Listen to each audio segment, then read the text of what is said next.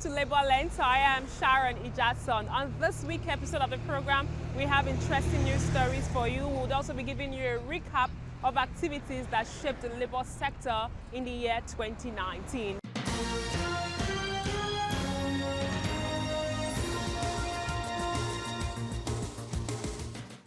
The national leadership of the Nigeria Union of Petroleum and Natural Gas Workers has issued a 7-day ultimatum to Chevron asking the oil firm to recall its 32 sacked workers who are members of the union.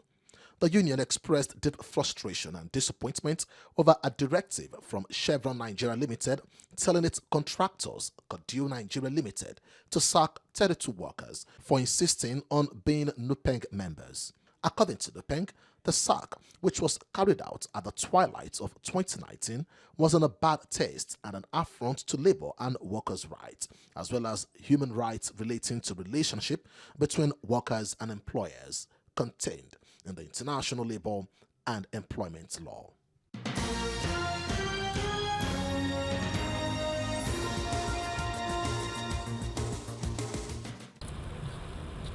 More than 2,000 workers who were disengaged by Steve Doran Company have reasons to smile after 5 years of their sack. The affected workers, who were members of the Dock Workers branch of the Maritime Workers Union of Nigeria, speak on the development. We thank God that we still have it at last. I think some of us has gone. Some have died. But we that will receive it, let's still thank God. Even if it is small, we manage it. It's fine because for you having your take home after serving the company for several years, it's not that common. At least we know our risk, the level of risk we bear on board. But thank God today we are alive to collect this, even if it is small, but thank God we collected it. This was achieved after the completion of the verification exercise, ahead of payment of the outstanding benefits to the disengaged workers. President General of the union and other labor leaders supervised the verification exercise. He announced that it will be the last set of casual workers in Nigeria ports. We have already have for dock workers, and we have 3 modes of operations. We have permanent employment, we have payment by tonnage, and we equally have extra services. But these categories of people that they are severing out today, they fall under extra services. They are tally class. Because the dock workers today, they have employers, and they are pensionable. They have gratuity with their terminal operators. So no longer is law of hire and fire any longer. So this is the last phase of several package that is going to come from the federal government to the tally class and above security men. Employers of the dock workers who received severance incentive gave reasons for the delay. The issue of negotiation and saying that due process were taken, I'm sure this is one of the reasons, and then transition of governments from one government to the other, and then from one administration within NPA to the other, which has elongated the process at which we are witnessing today. We have a management as have a listening ear that is doing all possible for not only for the ex-workers, but the workers who are within the organization presently. So the cordial relationship will still be entrenched. That means transparency will be adhered to, which is one of the cardinal points of the present management, to ensure that they are transparent, to ensure that everybody that is involved in the industries are well taken care of. In total, the former tally clerks and on-board security workers received payment of over 1 billion naira.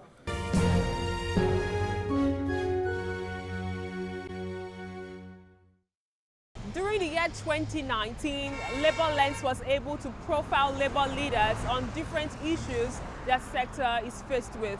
They shared their experience and also provide solutions to some of the challenges workers are faced with, which in turn affects the citizenry.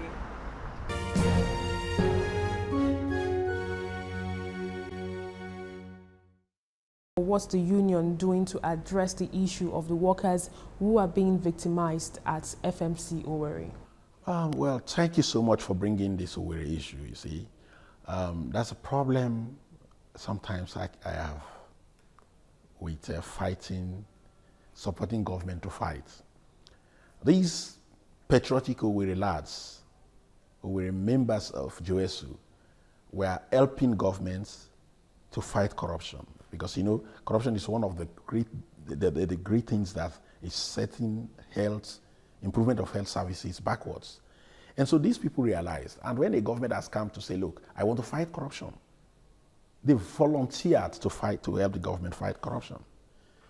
And they blew whistle, genuine whistle for that matter, which the EFCC's investigation also corroborated. For instance, one of the projects they said has been completed, certificate issued, and payment made.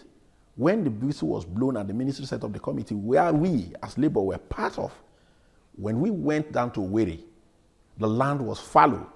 Not even a strand of grass has been taken off that land. But it has been paid. What more do you need from we, the health workers, as patriotic health workers, to support in clearing corruption from the Ministry of Health, the Federal Ministry of Health that promotes health, that covers up health? What more do you need from us? We did that. Our people did that. Patriotically, they did that. And the reward was demotion, denial of promotion, and denial of salaries for months. In fact, the Federal Ministry of Health sent one of their super specialist crisis makers, sent the head of hospital services, presently is the head of hospital services, sent him to Owerri. And you know what he did? He went to the workers. Workers, well, you are patriotic, I know. But for those who say they want to be patriotic, they want to fight corruption, so they want to continue to blow whistle, stay this way.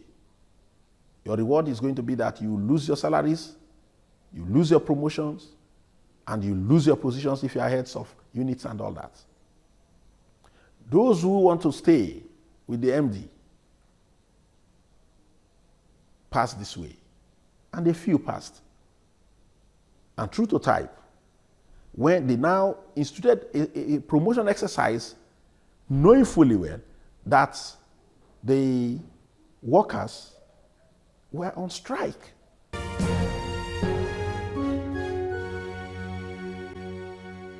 A lot is happening in the job space, and we know that we have so many youths that are actually unemployed or underemployed. Can you tell us why do you think the most populous African nation, Nigeria, actually still have many jobless youths? Yeah. So there's many things, right? It's not possible to tie it down to one. First of all, you said it, the most populous nation. Even solutions that could work for many countries might not work for Nigeria because we're dealing with large numbers, right? So there's that. Then there's also structural issues like, what is people learning in school? When somebody graduates, are they actually ready for work? Because, you know, we see that people with first-class degrees still struggle to find work simply because there's a disconnect between what's being taught in school and what the market needs. And then the third thing, I would say something around transparency. If you look at Nigeria today, less than 30% of the roles are fulfilled in a transparent manner. And this is using like online as a proxy for transparency, you know, put in a place where everybody can see them and apply to them. What does this mean? This means that I might be the best person for the job, but I never even get to see the advert. People are happy to hire their niece or their cousin or their neighbor's child as opposed to getting the really right person for the right job. So we have unemployment, we have underemployment, but we also have low productivity that comes from the right people not being in the right jobs. You know, everybody knows the doctor that's now a DJ because that's what they'd rather do. And we have very many of those in society, which just overall reduces the productivity of the country. Then talking about structural problems, many economists are actually of the view that there are some policies that actually have to be in place to ensure that we have more jobs in the market space. What do you think can be done in terms of getting some of those policies right? Yeah. So I think, first of all, one of the things we need to do as a country and eventually as a continent is to actually conduct a data-driven skills gap analysis to understand what are the things businesses struggle with, what are the talents or the skills that businesses require but job seekers don't have. Once we know that, then we know what's supposed to go into training, into curriculums. How do you plan? How do you make sure that everything in the education system is custom made and is rightly designed to enter the workplace? That's one thing. The other thing that I would encourage everybody to think about is, let's stop thinking about solving this problem only through employment, right? We're living in an age now where if you look at all the data around millennials, all the data around Generation Z, there is a gig economy. They're about dignified work. They don't necessarily want a 9-to-5 getting in, reporting to a boss every day. They want opportunities to work, to develop themselves, but in different forms. So we need to start thinking beyond how do we get employment for everyone and start thinking how do we get everyone in dignified work? How do you define that? If I'm a photographer, for example, most likely I'm not looking to be sitting in an office and doing photography every day. I'm happy to have a gig this week, maybe no gig next week and a gig the other week. And that should be acceptable. We need to make it okay for people to do work that's not traditionally defined as jobs. So from your experience as the managing director of Jobberman, would you say there are some applications that you actually see or you actually have on a day-to-day basis and probably you don't get people to fill them up? Can you share your story? So we do. It's interesting because we have, of course, lots of oversubscribed jobs, things like accounting, things like HR, they're oversubscribed. But we also have roles, like especially in the tech sector, people, for example, coders that do JavaScript. Those roles sometimes remain empty for 6 months. And the reason is not because maybe there's no software developers in Nigeria, it's because whatever they're studying is not what the employer wants. And if your skill set is not an exact fit for my job, then it's not going to work out. So from your findings and years of experience trying to get talent into the workplace, would you say that there are jobs but they are not enough qualified persons to fill up this position? No, that would be a bit deceptive. There are some jobs where there's not enough qualified people to fill those positions, but there are others where the jobs are just not enough. And that's why, you know, when you look at traditional African society and mindsets, parents want engineers, they want doctors, they want accountants, they want lawyers. But those fields are oversubscribed. The question is, what does it take to convince the traditional African parent that it's okay to study music, it's okay to study photography, it's okay to study catering because there's jobs there? That's the conversation we have to have, because again, it's just a mismatch. In some areas, oversubscribed, other areas you struggle.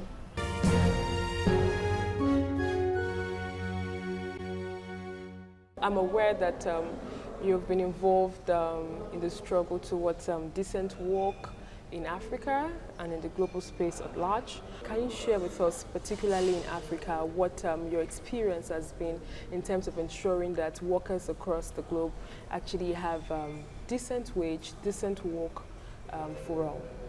Okay, we, as you know, the ILO is a specialized agency of the United Nations whose primary mandate is to work with member states in the promotion of decent work.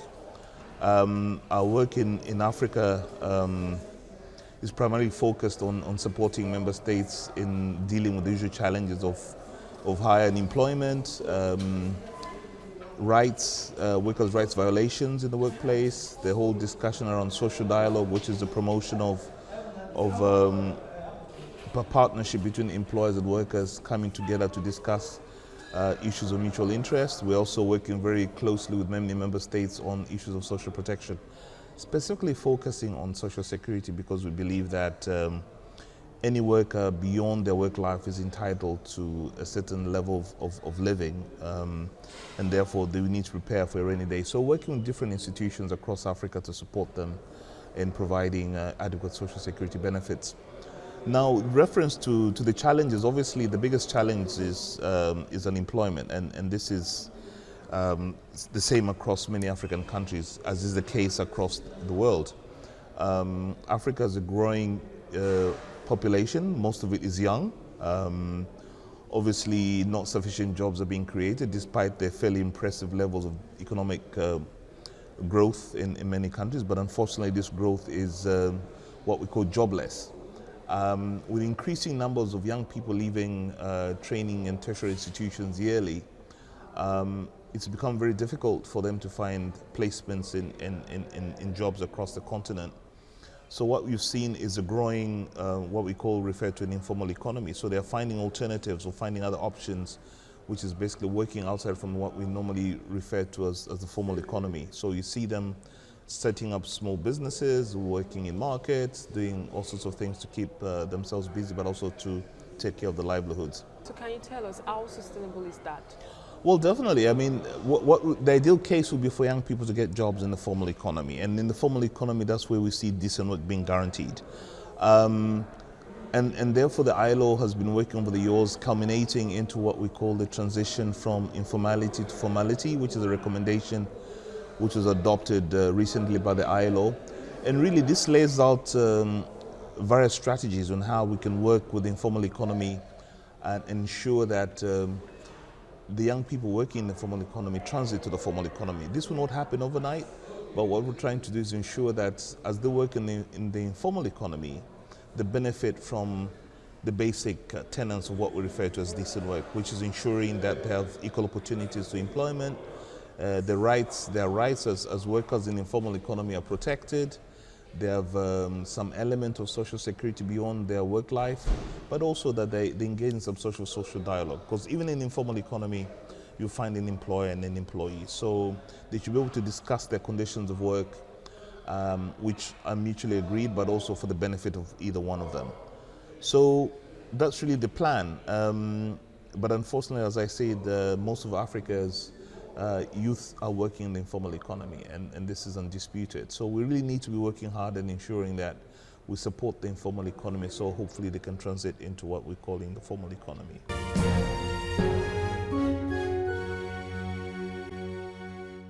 With your level of experience handling a women issue, labor sector, I would like you to expatiate the need for us to have a workplace that is inclusive. When I say inclusive, it means meeting the needs of women in the offices, be it formal or informal. Okay, I want to say that, you know, from the ActionAid perspective, we do care about the women at workplace, and we take care because there is a social corporate responsibility, or corporate social responsibility rather, about investment, you know, in the woman. You know, issues of rights, human rights at the workplace. A woman, you know, having a family-friendly environment at the workplace is a contribution to the society. A woman should not be made to be responsible because she's going to have a child, to be made responsible for the child. A duty of reproduction is for the people, for continuing humanity. And so it's a responsibility, it's an investment into the human capital. And so for us, we are responsible for the woman and the child from birth. You know, birth, of course, you have the maternity leave, and then we also have paternity leave, because the men have to spend a couple of, I think that's goes for 10 days to spend at home doing the, you know, the runs and so on. But for the woman, after spending her 4 months at home, should be able to come back. For actually, we have 4 months, and then she'll be able to come back with her baby because of the exclusive breastfeeding. Also, to make sure that the life of the child is not in jeopardy, we provide experienced minders for the creche. We have a creche at the office, and then because ActionAid is a travel organization, you have to go anywhere. You go within the country and also outside the country, and we support these women for 18 months of the life of the child, to make sure that they can take care of their children. They can also do their own work while they are at peace.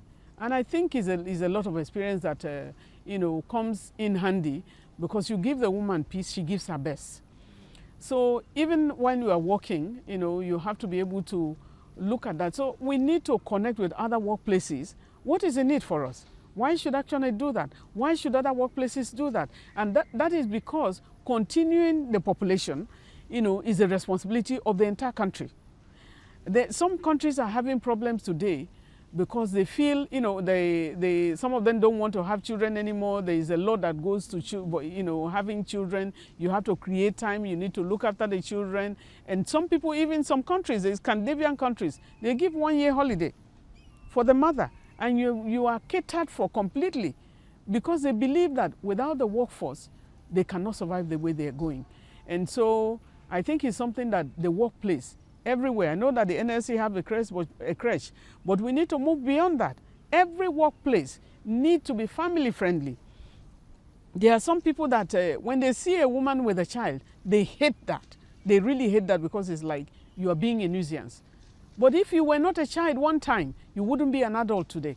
From my observations in the labor sector or in the labor circle, we have some particular sector that are corporate to not ensuring a friendly environment for a nursing mother, most especially or for women. For example, in the banking sector, we have so many banks maybe putting an embargo. Even in the police force, I don't know if it's changed.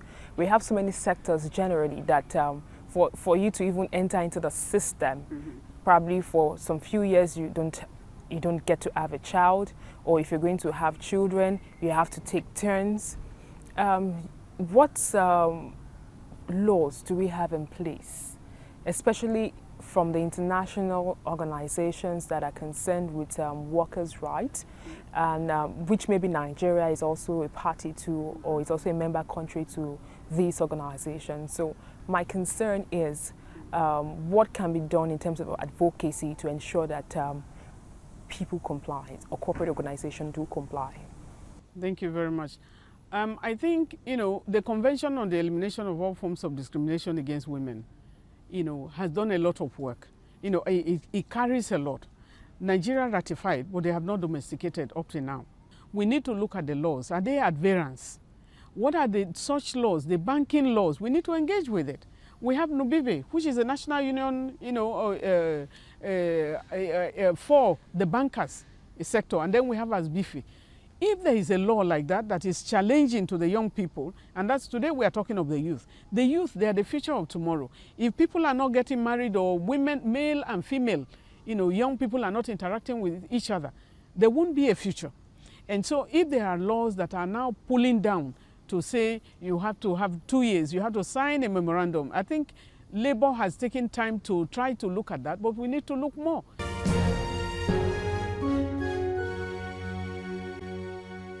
Your union, the Association of Senior Civil Servants, has been concerned with the issue of training and retraining of your members. And globally, it says that for employers to get the best or the required skills for great output, it's of utmost importance that training is re-emphasized in the workplace. Generally, would you say that the Nigerian government, be it public or private, has been paying enough attention towards training of workers? Well, not really. To a certain extent, the federal government is trying, but state governments, they are lacking in this respect. Training and retraining, like you observed, is what makes any system work, whether public or private. And to us, Association of Senior Civil Servants of Nigeria, probably because we are the bureaucrats and the engine room of government, we strongly feel that without training and retraining, we cannot give the necessary, create the necessary impact. We wouldn't have the capacity, we wouldn't develop our capacity to a kind of meet the challenges of our various offices. And in that respect, Association of Senior Civil Servants of Nigeria have reasoned that training and retraining is very, very key to the development of our members, be it in their offices or in our trade union cycle, because trade unionism or labor is all about collective bargaining. And if you don't know the rudiments of collective bargaining, at the end of the day, you might not be able to cope with the challenges of the office. So we have decided that every year we train our members at least 4 times in a year, locally and internationally. And we have seen the importance of this training because it has improved on their productivity. Any member of Association of Senior Civil Servants you meet anywhere is abreast of current happening within the industrial relations cycle or their office space. Yeah, office space. So what would be your expectations in terms of feedback on what is the global best practice in terms of industrial relations, collective bargaining, and most especially when you actually have to interfere when it comes to settling disputes between employers of labor, government, or the private people? Yeah, the feedback is that at every level we have our members. They have been performing wonderfully in terms of collective bargaining. They stand out in the Committee of Trade Unions in terms of the way they put forward, marshal their points, in terms of how they approach, because now trade unionism is not about banging of the tables anymore. It's about using your brains to get for your members what they deserve. Okay, the recent training that you had as a STEAM strategic planning, how strategic do you have to be to probably get decent work from employers of labor in Nigeria? And that is why I have said we have moved away from this dictum of banging of the table to that of using our brains. And strategic planning, strategic engagement is key. And you bear with me that the members we train, who you are able to interact with, were able to are appreciating the new ideas they've been able to get from the training. So our hope is that as we train more every year, they will come back and impact positively in their workplaces and in terms of industrial relations in Nigeria.